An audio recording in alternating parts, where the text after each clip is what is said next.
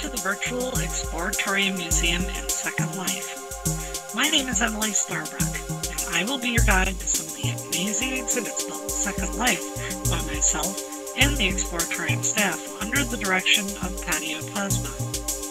Our trip begins here at our museum map, which has teleportation links to all of our exhibit areas. So without further delay, let's get going.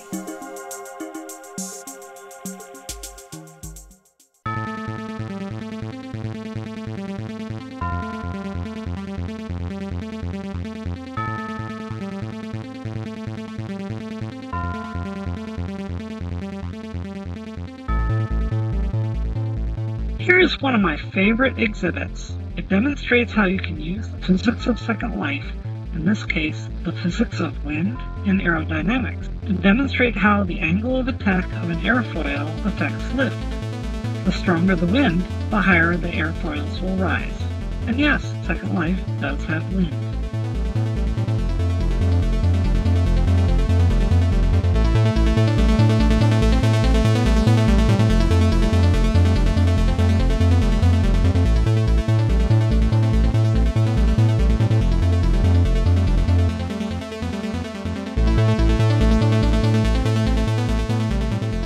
This is another outside exhibit that reflects light from the sky.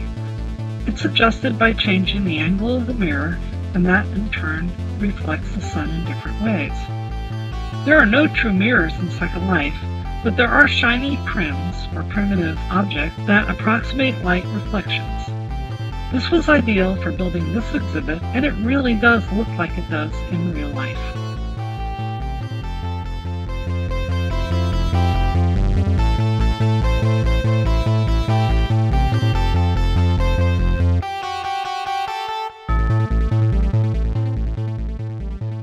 Here we have a build that is suggestive of the encampment used by the Exploratorium staff to view and broadcast the 2008 total eclipse of the sun from northern China. In addition to this exhibit, there is an entire area of exhibits demonstrating the science of total eclipses. In addition to exhibit, we held a mixed media presentation where the eclipse was webcast. It was webcast not only into the real world for people all over the world, but also into the virtual world. And there were many people inside the virtual world who gave questions that were taken and relayed to the scientists in China.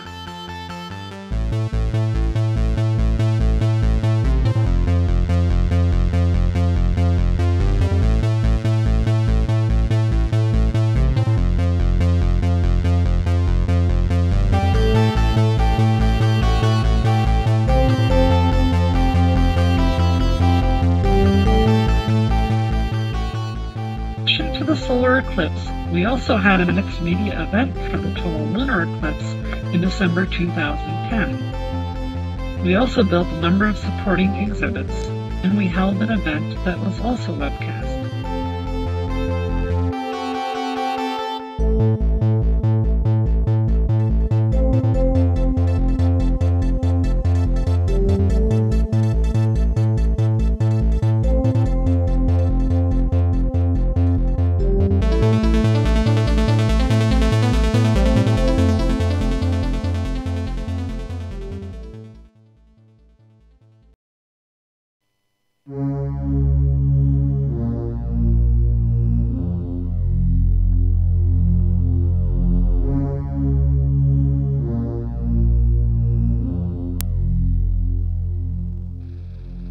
One of the most exciting events in science museums is the explosion of ping pong balls propelled from mousetraps to demonstrate how a chain reaction can take place.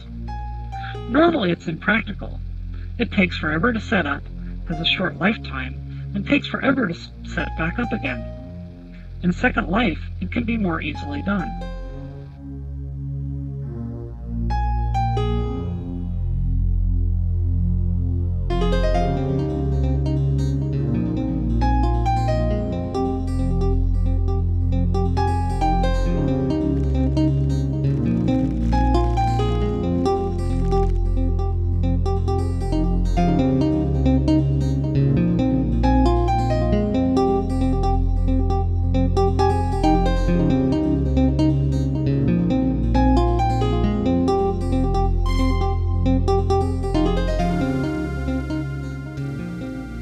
Brownian motion is a staple in most science museums, however it is generally demonstrated through a microscope or in a two-dimensional space.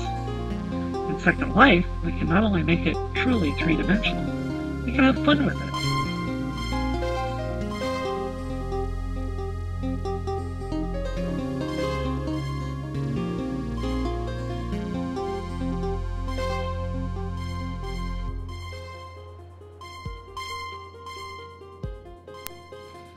Another important concept is demonstrated here, and you won't see this in real life.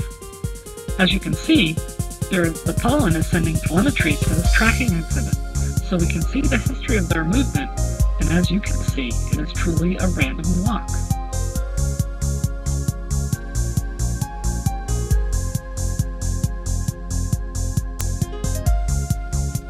In many museums, you might see a film of this exhibit, and with computer technology, it would be easy to slow down a bullet to replicate Doc Edgerton's time-motion experiments. However, it would be really impractical to load and fire a weapon in a public museum. In Second Life, not only can we safely fire a weapon, we can also allow the viewer to control the speed of the bullet. They can even look at it from the point of view of the target.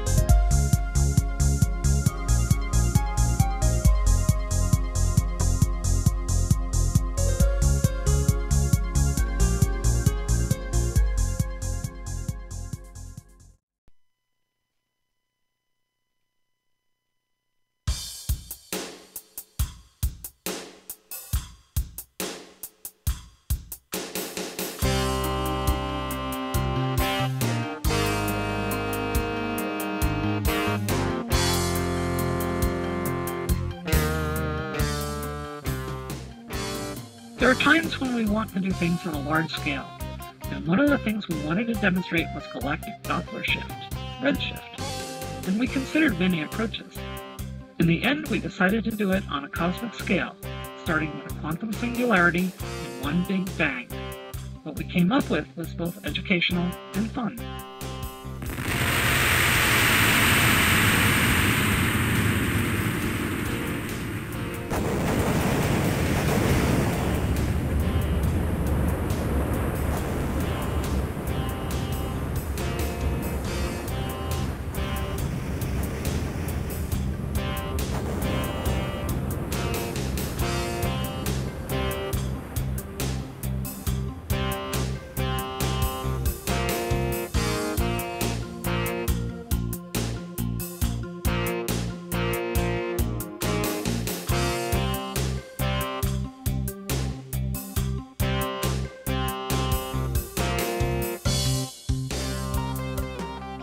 In a treatise of the system of the world, Sir Isaac Newton hypothesized that gravity was universal and proposed the idea of a cannon shot from a very tall mountain.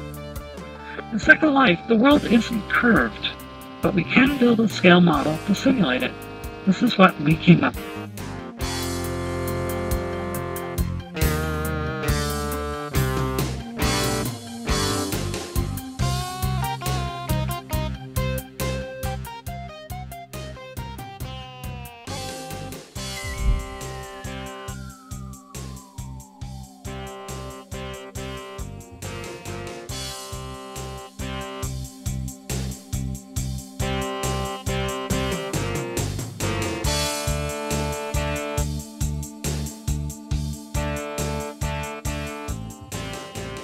You can see here, we've also programmed the cannonball to report telemetry, so we can track its movement.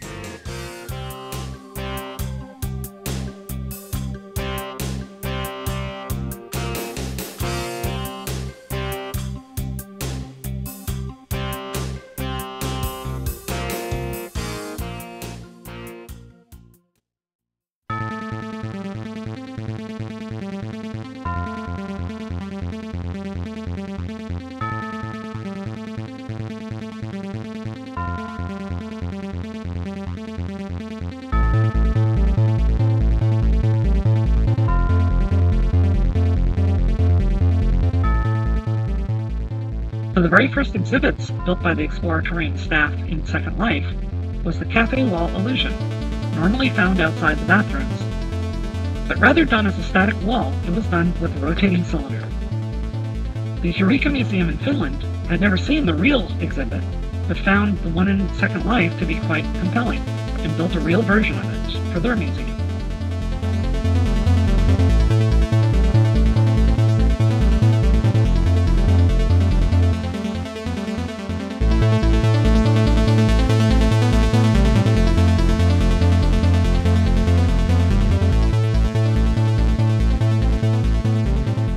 Built to demonstrate conservation of momentum and energy, Carl Stirling at the Exploratorium decided to build Newton's cradle in real life.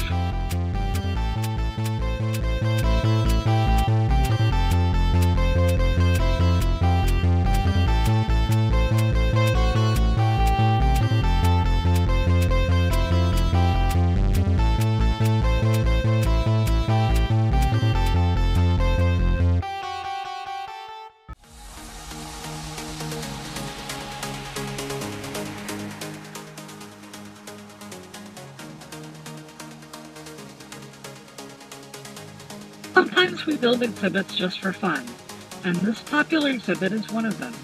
I'm sure you've all seen this on the EB Birds website and on Mythbusters, and it's likely the most popular science video on YouTube. This is our version. It has some advantages, one of which is you don't have to clean up. This is also another exhibit we are building in real life, though in real life we will be building it with 40-liter champagne bottles.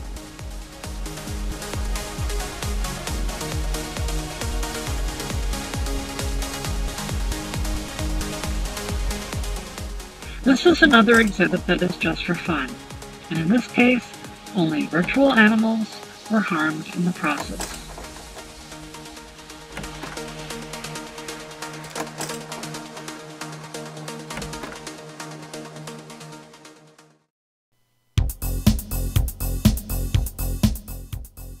So thank you for taking time to learn about Second Life. If you do get into Second Life or into San Francisco, please visit us in the Exploratorium Museum, either virtually or really. And thank you.